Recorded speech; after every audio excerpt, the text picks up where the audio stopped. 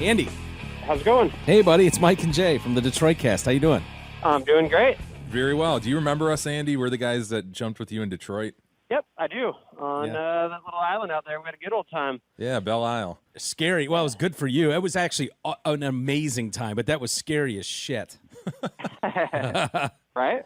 Yeah. So I enjoyed it. It was a good way to see Detroit, and made a good impression on what Detroit looks like. Yeah. So you've done over 20,000 jumps, and you actually remember that one. Are you just bullshitting us? No way. Remember them all. Nice. do you remember them all? Do they all have something unique about them? I'd say a good chunk of them for sure. So whether you remember everything about them, but I mean, like I said, that was a pretty dang nice day, and everybody's got a pretty good feeling on Detroit that it's a complete garbage dump in general, and it was pretty dang nice. Yeah, that was fun, and leading up to the Red Bull races, it was cool. But we were watching the Fox event the other day, last week, I guess, with your cousin, right? That was your cousin that jumped, to Luke Aikins. Yep, you got it. Yeah, and so Jay and I were doing the story and talking about it and how crazy it was. And we were, of course, hearkening back to our jump. Like, oh, yeah, we did, 12,000 feet. Of course, we had parachutes and talking about it. And then we're watching the video, and they're like, yeah, there goes Luke Aikins. He's out of the plane, and there's his cousin, Andy Farrington. And I looked at Mike, I'm like, holy shit, we both that's looked the at dude. each other like, hey, that's our guy. Yeah. How did world? Yeah. How did that whole How did Fox get involved with something like this? I mean, the project started, quite a while ago, and definitely needed, spot to air it. And I don't know how much into the extreme sports Fox does necessarily, but I'm sure there's a lot of the stations that had the opportunity, but were like, I don't think so. Of course, we're not going to air that on live TV. And whether I'm not sure whether Fox had to be convinced to air it live on TV, or if they're kind of open for it. But after you saw the testing and everything like that, it was, I think everybody is feeling pretty good. Well, wasn't there something, though, at the end where they were going to require him, the Screen Actors Guild was going to require him to wear a chute, even though he wasn't going to pull it? He's like, look, I'm 100% not pulling this thing, and all you're doing is risking a back injury. Yep, for sure. So how did that get resolved then? Were you guys just in the plane and he just go, fuck it, I'm not wearing this? For the most part, yes. We basically determined that there was not going to be any chance that he was going to wear a parachute for the real jump. But then we were just going to take it off in the plane just at the very last minute. And I don't know. They said there was talks ahead of time and everything like that, but Luke wasn't aware of the talks necessarily. Mm-hmm. So I kind of think they just made it up a little bit once they saw on the live air to ground that he didn't have a parachute on. Then they're like, we'll sign off on it that says he doesn't have to wear a parachute. I think that was them a little bit backpedaling, I think. Yeah. So. Yeah, it was crazy. So what was your role then? I thought they said like you were he was so high up that he was using like oxygen canisters, and was your role to grab those things from him? Yeah. So like you said, you run out of oxygen pretty quick that high up, and the last time kind of landing in that net, hitting that net, you just want less stuff in general.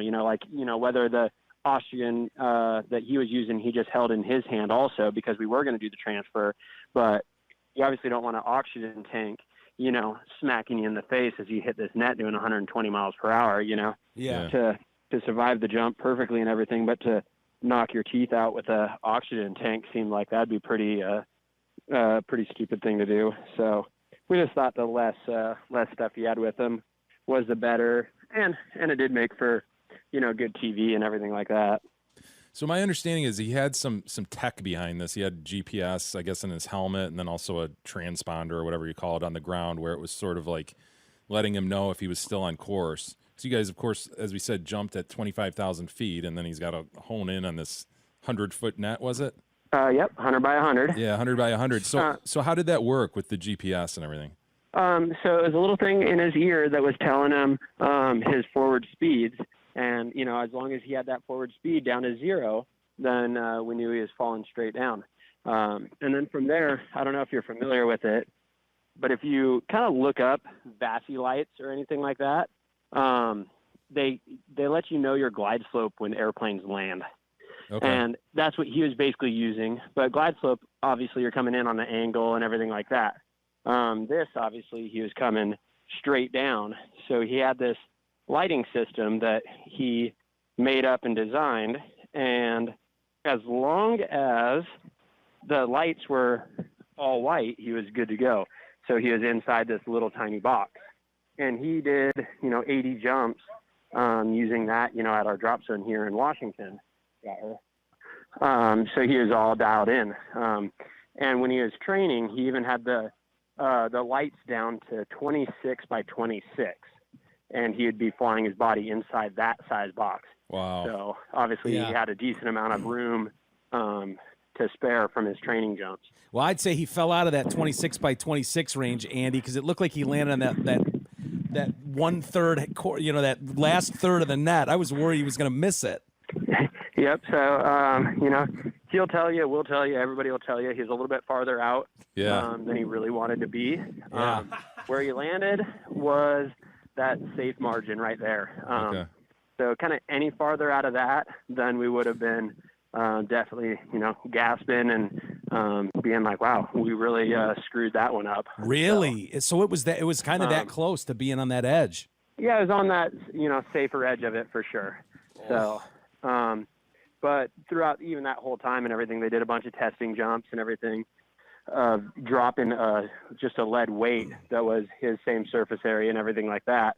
And they're just throwing that out of the airplane and the helicopter quite a bit and hitting this net to make sure that he wouldn't get, kicked out of the net or anything like that. Yeah.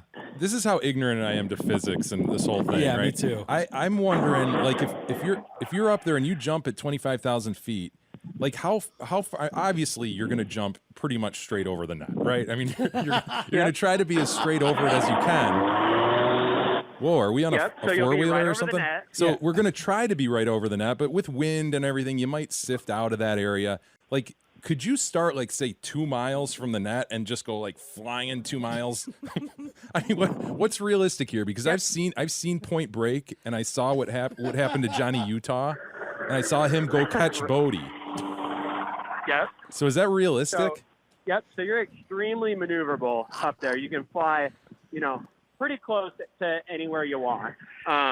As you can tell, sorry, I'm about to go make a skydive here really quick, so I got to unplug the airplane for 1 second. So, would that work for you if I had to hang on for 1 sec? I think he said, hang on 1 sec. Yeah. Is he flying someone else up? He's a pilot, so maybe. I mean, Was he on the phone?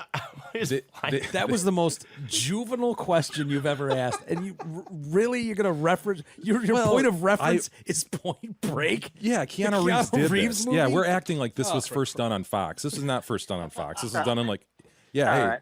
Sorry about that. No, That's sorry all to right. interrupt your business, man. We should mention your family business in Washington there. I mean, started by your grandpa. It's family run. You guys skydive like crazy out there, eh? Kapowsin Ace Air Sports, right? Do I have that right? Yep, you got it. So, Skydive.com. Yeah, if anyone's out listening in the Washington State area, it's beautiful. Go up there and they'll take good care of you. I don't remember where we were. were. Hard to be with all the mountains and everything. So if they dropped them, so obviously the aircraft has GPS. So then when we're flying over the exact track and everything. You guys aren't just eyeballing this. from but 25. you back it up with your eyeballs. Your eyeballs work pretty good. Yeah. Yeah, I would try to eyeball it. Yep, you got it. So you use the GPS and then back it up with the eyeballs, and then you're pretty much all set from there. No, but let's say he was 2 miles from the destination, could he have made that up in the 25,000-foot fall? Yep, in the 25,000 he would have. Bam! That wasn't a stupid question. These guys are looking at me like I'm an idiot. Yeah, I thought that was kind of a dumb question, but so you have that much maneuver. It's a dumb question. You have that much maneuverability in the air that you can seriously make up swaths of land. 2 miles, in fact. Yep. Really? So just when we're skydiving, obviously it would be with a wingsuit or whatever. But when we're skydiving from 13,000 feet with a wingsuit, we can probably cover right about 6 miles. Wow. And we should mention, and that's with opening our parachute. So yeah, you're the world champion wingsuit flyer from 2014 and 15, correct? Yep. Like world champ. You're the best freaking wingsuit flyer on the planet. Pretty good. So, and it wasn't necessarily a sanctioned world event, but the event that we were doing there, it was called Red Bull Aces. And I think we had 36 competitors, from 20 different countries and everything. So we really picked it out and really tried to make it a world event for sure. You guys need to be in the Olympics. Hopefully. How cool would that pretty be? Nice one day. So. Hell yeah. And that's where you guys are jumping off the helicopters, right? Yep. So we're jumping off of helicopters, and then it's kind of like a giant slalom ski race where you're racing wingsuits around some gates that are hung underneath helicopters. And the last couple of events, we had 4 gates that were being hung underneath the helicopter. Wow. Some of the other interesting things you do, Andy, and I don't know how much time you have. I don't want to take up your whole day here, but you get to do some movie stuff. I think you were in the Transformers 3, was it? And some other things. Anytime you see those stunt guys out of the planes, that's actually a person doing that, and you're one of the people doing that. Yep. So, we got fortunate enough to, like you said, do the stunt work for Transformers 3, where we got to fly wingsuits around the Chicago skyline past the Sears Tower, which they're calling the Willis Tower now. And then we got to do the stunt work for Iron Man 3. We've done it for Godzilla. So the Point Break movie that just came out, that was a bunch of our friends and teammates that did that. Really? So I'm about to take off in the airplane right now. So I don't think it'll get too loud, but it might get too loud. So if it gets too loud, just let me know. Okay. Well, we appreciate your time, man. Yeah. Yeah, my pleasure. So, in summertime in Washington, you kind of when it's sunny and nice, you just go with it from there and you make the most of it. Hell yeah. So you're jumping tandem with somebody right now? This one, I'm just making a fun trip, what we call it. So I'm just out having a good time and jumping with my wife and a couple of my other buddies. Cool. Awesome. Well, we'll let you go, man. We don't want to hold up your whole day. It sounds like you got a lot going on there, but thank you for the time, Andy. Maybe we'll call you down the road and touch base with you. All righty. I'm here, and anytime. You guys got my number, so anytime you want. Thanks a lot, man. Okay, bud. All See you, right. dude. Thank you. Bye. All right, bye. Bye.